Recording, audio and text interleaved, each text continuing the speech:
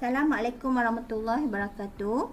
Hari ini saya akan masuk topik baru, iaitu timing in digital design and also timing violation. Topik baru yang mana yang ini saya akan letak sebagai nota. Maafkan saya, nota ini adalah nota yang sama dengan sebelum ini, iaitu nota yang ke-15 dalam Padlet lecture ELE 558 kamu. Nota yang sama, saya menggunakan nota yang sama. Jadi untuk topik ini kamu terus pergi ke page yang ke-30. So yang lain tu kamu skip ya, sebab ada yang tak ada dalam silibus kamu. Okay, page 30, input timing constraints. Untuk topik ini kita akan belajar terms-terms yang penting untuk timing di dalam digital design, yang mana semua term ini kita boleh dapat daripada manufacturing side yang lebih dikenali sebagai data sheet. Data sheet sesuatu produk.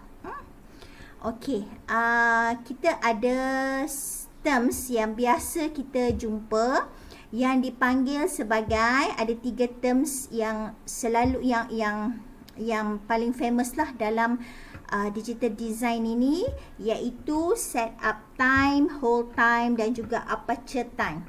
Baik, apakah yang dimaksudkan dengan setup time? Setup time ialah time before clock age. Data must be stable. Baik, kalau katakan selalunya lah dalam flip-flop, D flip-flop ke, RS flip-flop ke, JK flip-flop ke, T flip-flop ke, kita merujuk kepada clock yang tidak ada bubble. Jadi apabila clock itu tidak ada bubble, clock itu adalah jenis rising age. Rising age bermaksud clock berubah, clock age dia diambil kira perubahan daripada 0 ke 1 seperti mana yang ditunjuk dalam diagram inilah. Jadi apakah T setup ni? T setup ini ialah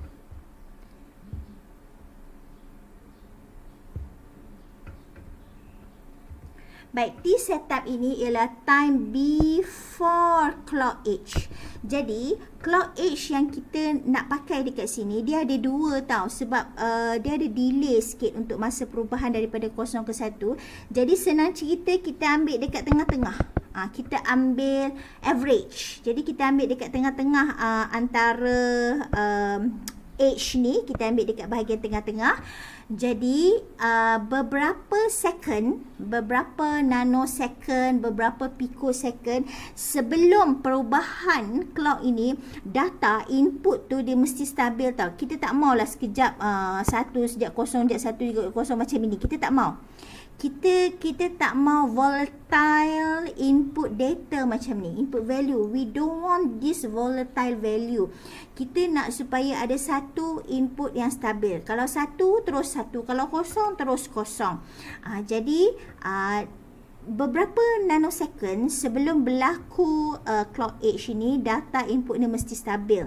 Jadi data nilai nanosecond tu, nilai timing tu, masa tu, semasa input data ni stable before clock age, kita panggil dia setup. Dia punya key point dia ni before. Okay, and then beberapa nanosecond, beberapa picosecond selepas after clock age, data juga mesti stable. Sebab apa? Sebab pada masa inilah input yang dapat daripada D tu akan keluar dekat Q. Jadi beberapa nanosecond selepas ini, okay, input tu mesti stabil. Jadi ini dikenali sebagai hold time.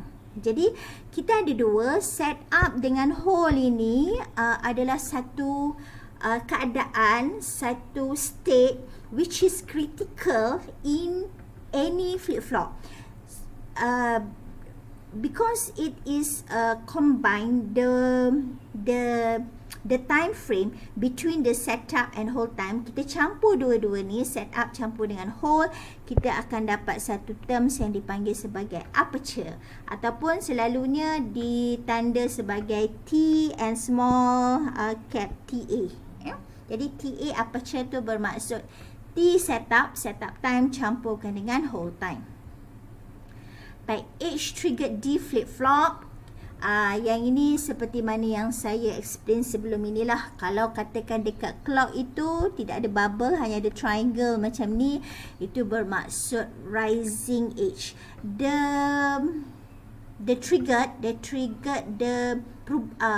change in Q will only be triggered at the rising edge of the clock.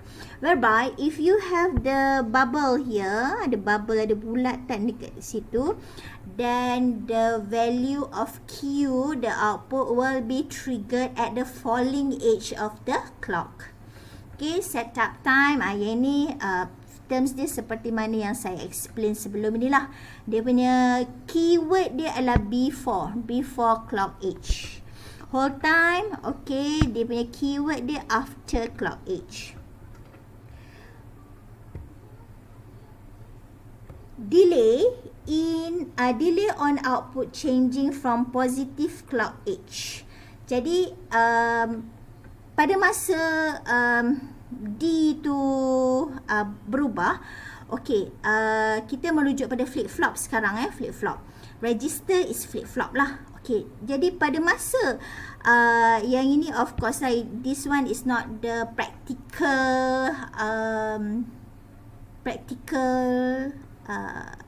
age triggered lah, sebab kita tak mungkin akan dapat perfect pada masa 0 second, 0 nanosecond, 0 picosecond. The value of clock will be definitely change from 0, 1. Of course kita tak akan dapat nilai ideal macam ni lah. Okay, jadi beberapa start daripada input tu masuk sampailah nak keluar output tu, sampailah nak keluar Q tu, kita panggil dia clock Q. Okay, iaitu delay for the output changing from the positive clock edge. Positif lah kalau katakan tidak ada bubble lah. Kalau ada bubble, then kita panggil negative clock edge lah. Jadi delay start daripada input dikenakan sampailah dapat output tu, kita panggil dia T clock Q ataupun propagation delay. Okay, this one tak masuk dalam syllabus kamu. Then we go directly to page 34. 33, then okay, you have this 34. What is the setup time violation? Just now, I have introduced to you 3 terms of setup time, hold time and aperture time. Now, we have the terms of violation. Bermaksud, setup time tu dilanggari. Violate ni bermaksud langgar, dia tak dipatuhi. Tu maksud violation, violate. Okay, occurs. Setup time violation occurs if the input data signal does not remain unchanged for at least T setup before the clock edge. Kamu tengok dekat sini, okay, yang ini data ni stabil tau. Kalau katakan dia satu saja. Kalau katakan input tu kosong, dia kosong saja. Jadi apa yang berlaku sehinggalah clock edge ni, sehinggalah average time of clock edge ni, data ni masih lagi tak stabil, masih 1010 sampailah clock edge ni, yang tu bermaksud dia dah violate lah, dia dah violate setup time. Sebab nanti Q pun keluaran dekat output pun dia confuse, sebab input dah tak stabil, jadi Q pun dia confuse, dia nak baca yang mana satu, dia nak produce which of the data should be produced by Q. And then hold time violation occurs if the input data does not remain unchanged for at least T hold. Yang ini kena betulkan. It is not before, it should be after. Betulkan ya, betulkan dekat nota kamu, after. Saya sengaja tak mau betulkan kat sini sebab saya nak tengok student mana yang dengar saya punya video ni dengan student mana yang tak dengar saya punya video ni. Saya sengaja tak nak betulkan. So after, saya dah cakap dekat kamu tadi, set up dia punya keyword dia before, whole time dia punya keyword dia after. Jadi yang ini bukan before ya, after. Jadi selepas clock age tu, dia input dia tu, input D ni selepas clock age tu masih lagi tak stabil. Input dia masih lagi sekejap 1, sekejap 01, 01, 01, 01. Kita tak maulah keadaan macam tu sebab it will affect the value of the output produced by Q. So this type of two violations is very critical in flip-flops, in any sequential circuit. We should avoid these two types of violation. Okay. Then we have another terms other than the setup and hold time, so-called propagation delay and also contamination delay. Baik, propagation delay and contamination delay kedua-duanya berlaku selepas ya. So after clock age, yang ini pun after clock age. So yang propagation delay, dia punya simbol dia TPCQ, time after clock age that the output is granted to be stable. Bermaksud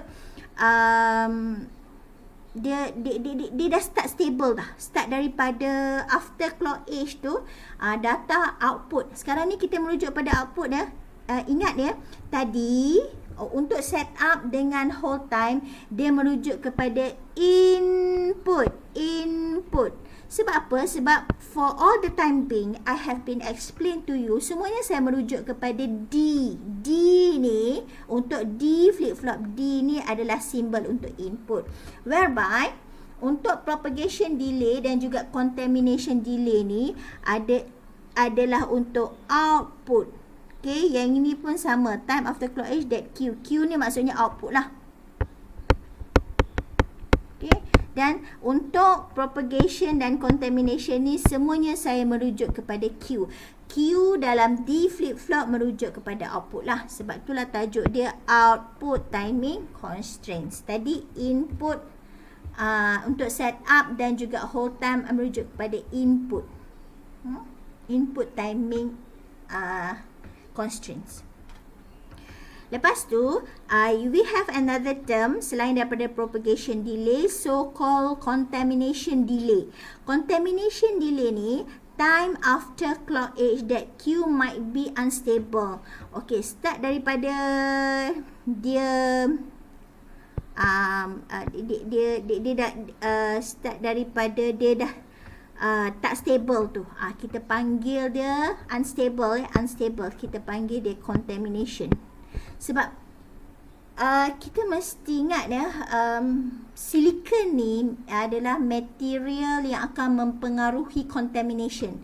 Contamination ni, contaminate ni bermaksud kekotoran, jadi any types of material that had been used to build the silicon, IC ni selalu kita buat daripada silicon lah, it does contaminate. Dia contaminate ni kadang-kadang datang daripada material, kadang-kadang datang semasa proses fabricate, kadang-kadang datang semasa proses cleaning, a lot of factors lah. Okay.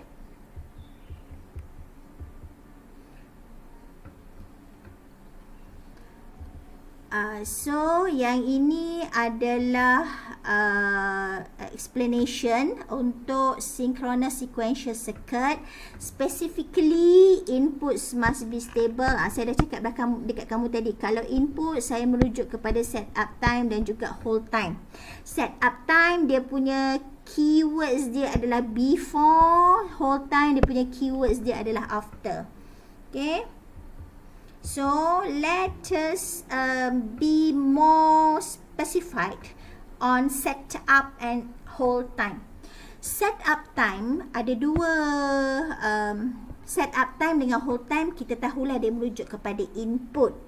Dan set up time, dia punya keywords dia seperti yang mana saya cakap tadi, before clock age. Another keyword for the set up is maximum. Sebab tu dia highlight, dia letak perkataan maximum ni warna biru, lain daripada color yang lain. Bila kita cakap pasal setup, kita merujuk kepada maximum. Kamu ingat setup maximum. Nanti sekejap lagi kita tengok contoh soalan dan kamu lebih faham apakah yang dimaksudkan dengan maximum ini. Okay. Baik, ini formula untuk TC. TC adalah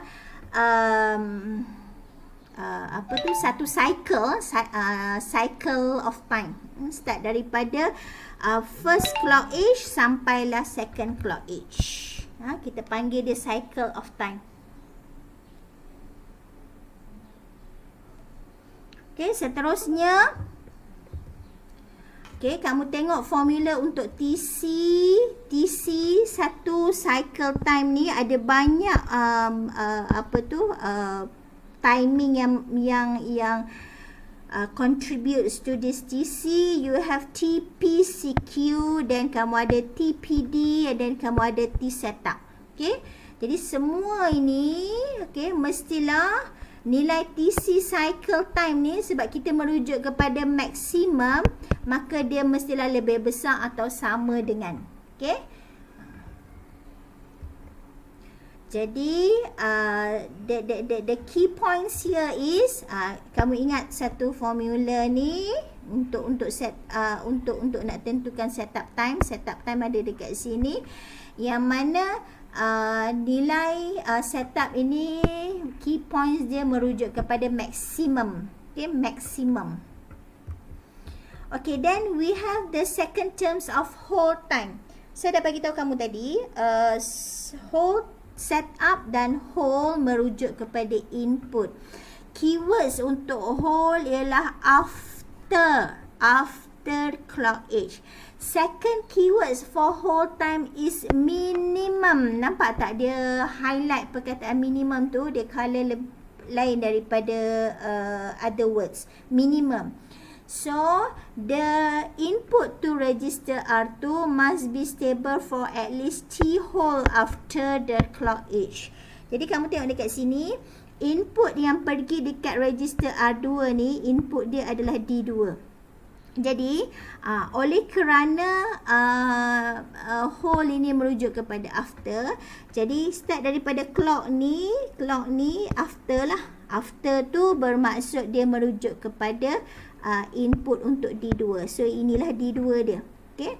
Jadi, kamu ada start daripada input tu, dia daripada clock age sampailah dia satu ketika, 1 nanosecond, a few picosecond, that the data change.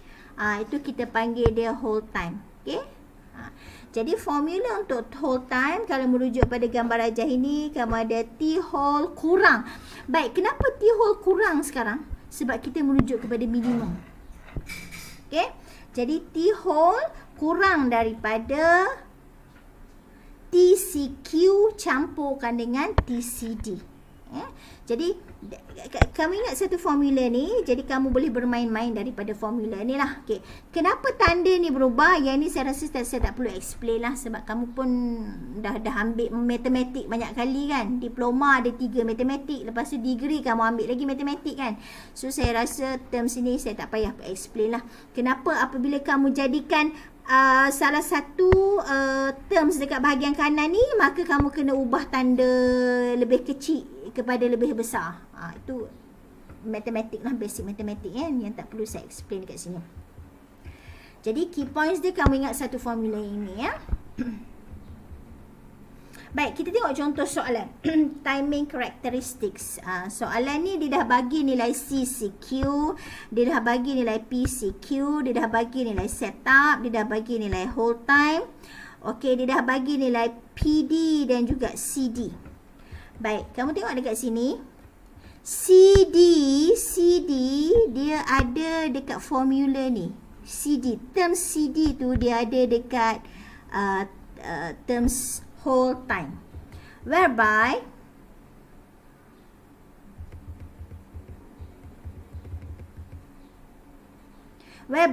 PD dia ada dekat term setup. Dia ada dekat formula yang semuanya melibatkan setup, iaitu maximum. Baik, jadi bila kamu pergi pada soalan bentuk macam ni, kamu nak cari nilai PD dan juga nilai CD. Sebab nanti nilai PD dan nilai CD ni, PD ni kita akan masuk dekat nilai TC ni, dan CD ni kita akan masuk dekat nilai whole time ni. Okay? Baik. PD merujuk pada maksimum. Jadi, daripada circuit ni, kamu kena tengok start daripada input. Input ada 4 dekat sini. Kamu ada A, kamu ada B, kamu ada C, kamu ada D. Sampailah dia keluar dekat output. Output kamu ada X, kamu ada Y. Semua possibility, semua kemungkinan bermula dari input sampailah dapat keluaran output, kamu kena analisis. Baik, kamu tengok jalan yang pertama. Kamu akan ikut A, lalu dekat sini dijumpa N, dijumpa satu gate. Sebab nilai PD dan CD ni dia bagi per gate tau. So, kamu nak kena tengok berapa gate yang kamu lalu. Dan jalan tu, jalan yang maksimum kamu jumpa gate ataupun minimum kamu jumpa gate. Kamu kena tentukan kat situ. Baik, saya pilih jalan yang pertama. Kalau katakan saya nak daripada A ke X. Sebab keluaran ada 2 sekarang satu X, satu Y. Katakanlah saya pilih yang pertama dulu. Daripada A, input A ke output X. Saya jumpa satu AND gate. Lepas tu saya jumpa OR gate. Habis. Bermaksud saya ada 2 dekat sini. 2 Okey, daripada A nak ke Y pula. Saya jumpa 1, 2, 3. Maksud 3 lagi banyak daripada 2 kan? Jadi 3 lagi maksimum daripada 2. Jadi kita ambil PD ni, nanti kita nak kira, kalau katakan nilai itulah nilai maksimum, kamu kalikan dengan 3. Nanti dulu, mungkin ada jalan lain lagi yang melibatkan lebih daripada 3. So, kamu kena analisis lah satu persatu. Okay, so far kamu dapat AY 3.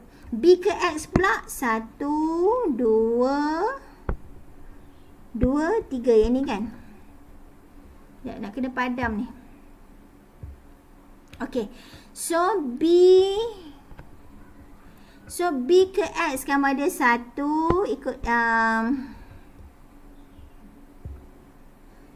marker biru saya 1, 2 saja.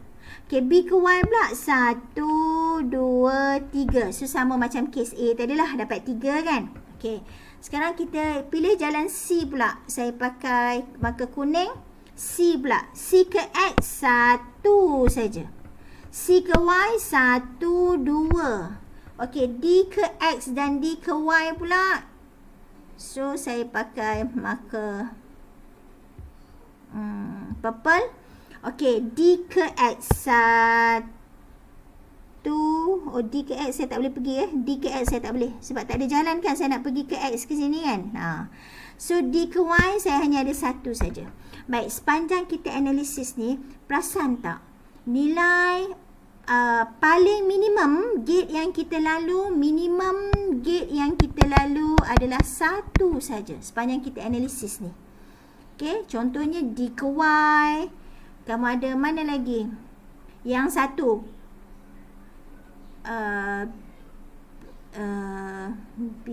C ke X kan. C ke X kamu ada 1 kan juga kan. D ke Y kamu ada 1 juga. Dan maksimum gate yang saya lalu sepanjang saya ada analisis tadi dari untuk kesemua input A, D dan juga output X, Y, maksimum kita lalu 3 gate. Jadi nilai TPD ni, TPD yang saya tunjukkan dekat sini, kamu kena kalikan dengan 3. Nilai TCD yang saya tunjukkan dekat sini, kamu kena kalikan dengan 1. Sebab PD dia ada pada formula setup time, iaitu maximum time. Dan CD dia ada dekat formula whole time, iaitu minimum time. Okay. Jadi sekarang slide yang berikutnya, faham tak kenapa 35 picosecond tu kali 3? Faham tak? Okey. Macam mana dapat 35 tu? Sebab memang dah diberi dalam soalan, dah diberi dalam data sheet nilai TPD dia 35 nanosecond. Sebab itulah kamu kalikan dengan 3, kamu dapat nilai dia sebagai 105 pikosecond.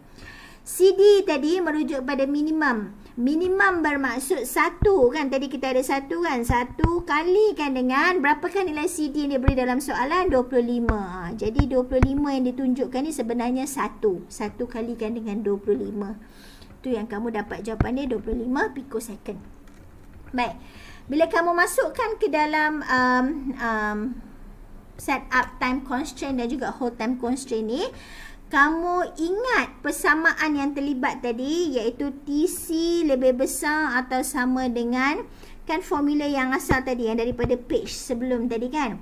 TC lebih besar sama dengan, kamu ada TPCQ, okay, campurkan dengan TPD, lepas tu campurkan dengan T setup daripada slide yang sebelum ni kan. Okay. So kamu masukkan ke semua nilai ni, nak masukkan nilai PCQ dah diberi dalam soalan sebagai 50. Okay, so kamu masukkan sini 50, campurkan dengan TPD kita dah kira dah tadi, kita dapat 105. So 105 campurkan dengan T setup adalah 60. So jawapan yang kamu dapat adalah 215 pikosecond. Baik, 215 pikosecond ni 215. Jadi bila saya susun balik kalau ikut formula ni, 215 adakah lebih besar atau sama dengan 50 campurkan dengan 105 campurkan dengan 60? Adakah dia memenuhi equation ni? Memenuhi lah kan, sebab ada tanda sama dengan ni kan. 215 lebih besar sama dengan 215 juga, value sebelah kanan kan. Jadi dia memenuhi nilai setup time. Jadi adakah setup time constraint di-violate dekat sini? Maksudnya dilanggari dekat sini? Tidak. Jadi dia memenuhi setup time lah. Setup time dipenuhi, tak ada masalah. Katakanlah soalan seterusnya dia suruh kamu cari frekuensi. Frekuensi untuk circuit ini kamu dapat daripada formula TC ni juga. Formula untuk cycle time daripada setup time ni juga, yang mana kamu salingkan dia, okay, salingkan TC yang kamu dapat tu, maka kamu dapatlah jawapan dia sebagai 4.65 GHz. Yang ni kalau katakan soalan dia suruh cari, dia suruh cari. Kalau dia tak suruh cari, kamu jangan gatal nak cari. Okey, seterusnya hold time constraint. Kita ada formula ni, yang mana formula ni memang kita dapat daripada slide-slide sebelum ni. Baik. Jadi CCQ dah diberi dalam soalan sebagai, dalam datasheet sebagai 30. So kamu masukkan 30, campurkan dengan CD. CD kamu dah cari tadi, kamu dapat jawapan sebagai 25. Okey, 30 campur 25, kamu ada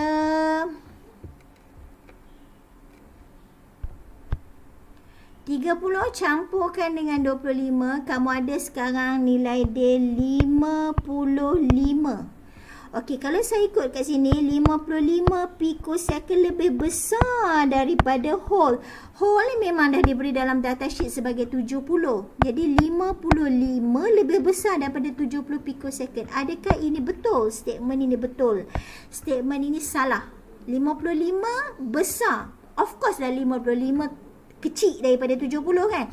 So sebab itulah kamu dapat dia tidak memenuhi equation ni. Dia tidak it doesn't obey, it doesn't fulfill this equation. That's why the whole time is violate here. Whole time tidak dipenuhi sekarang.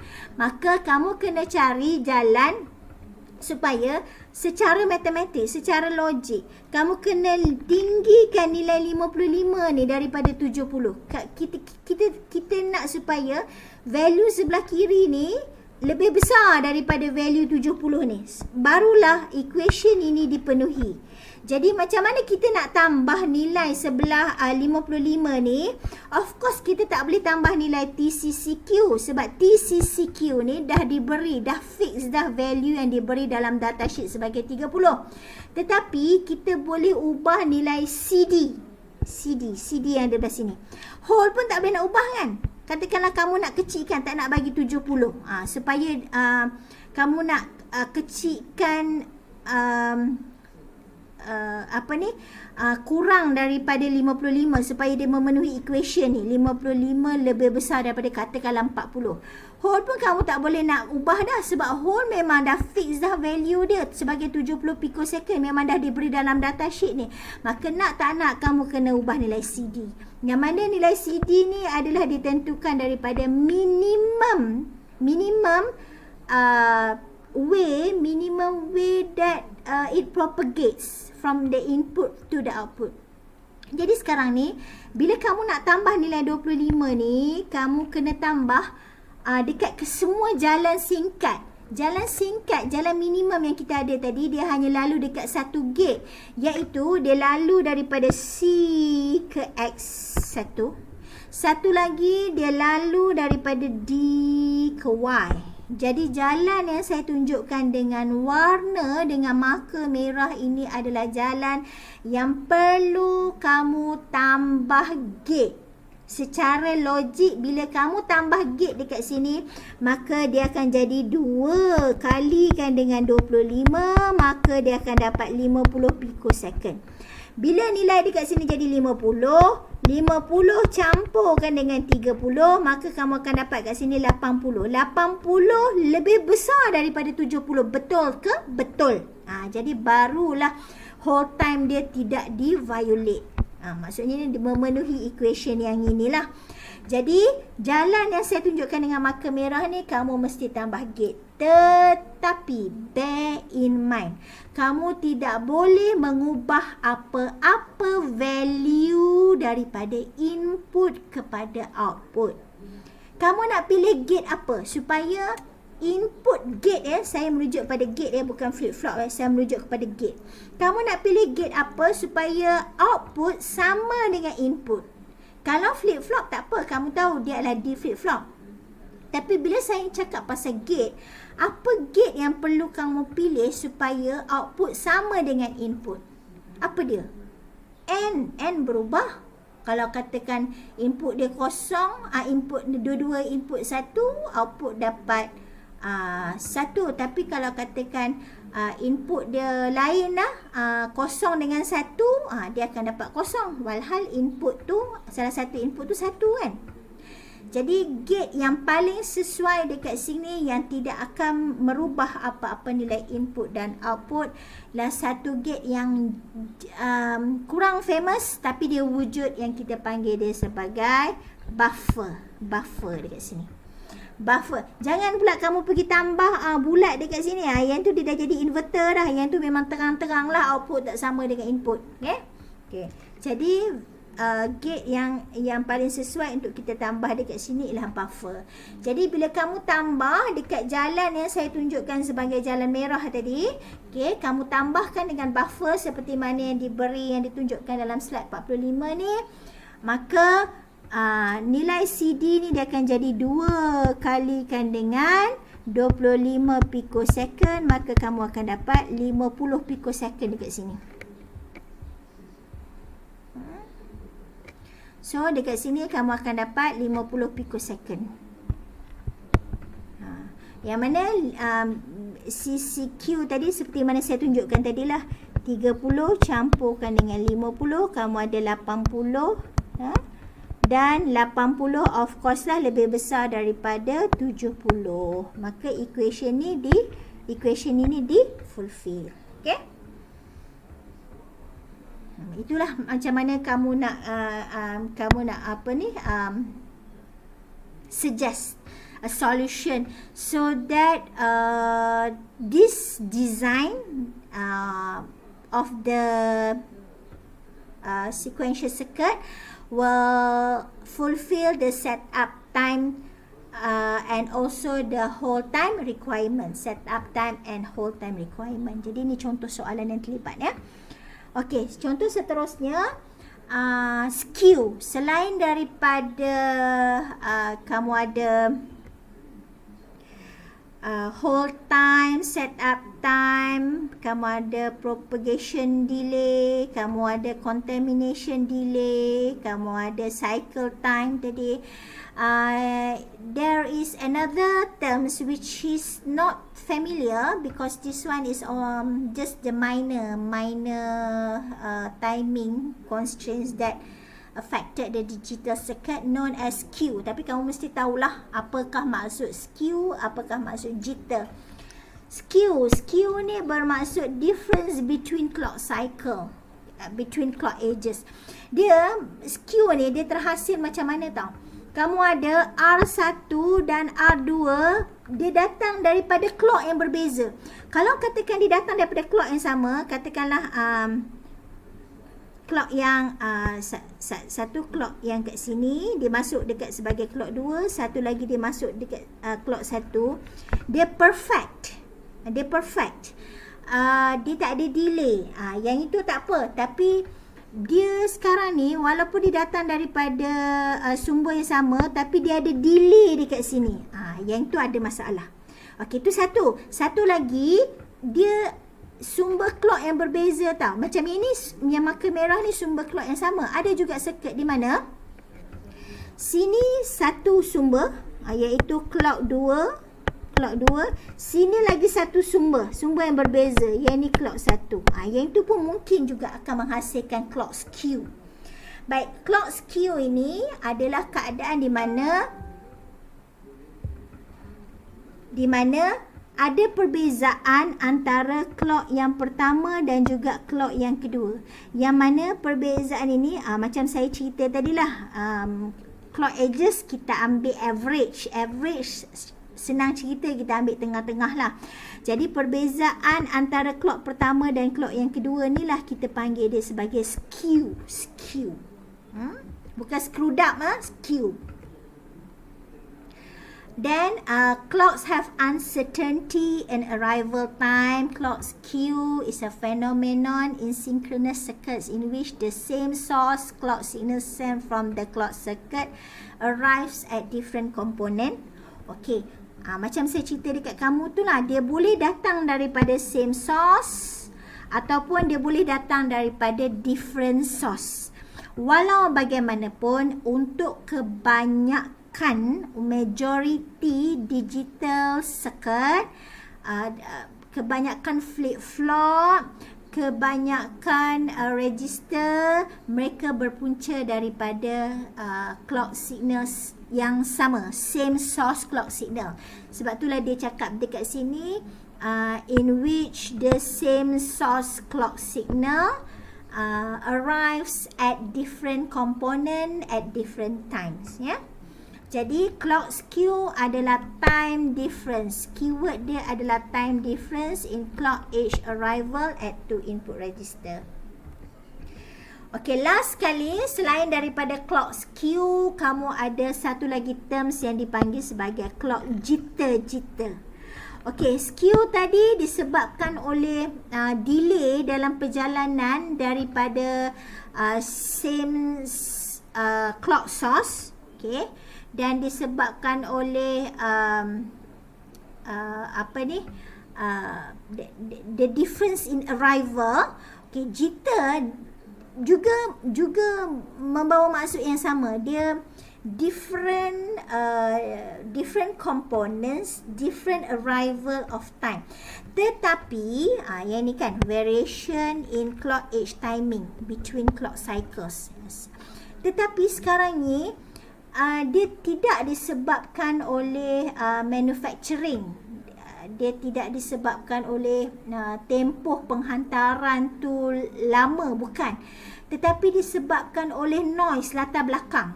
Banyak gangguan, background noise. Yang itu kalau delay dalam clock arrival due to noise, we doesn't call it as skew.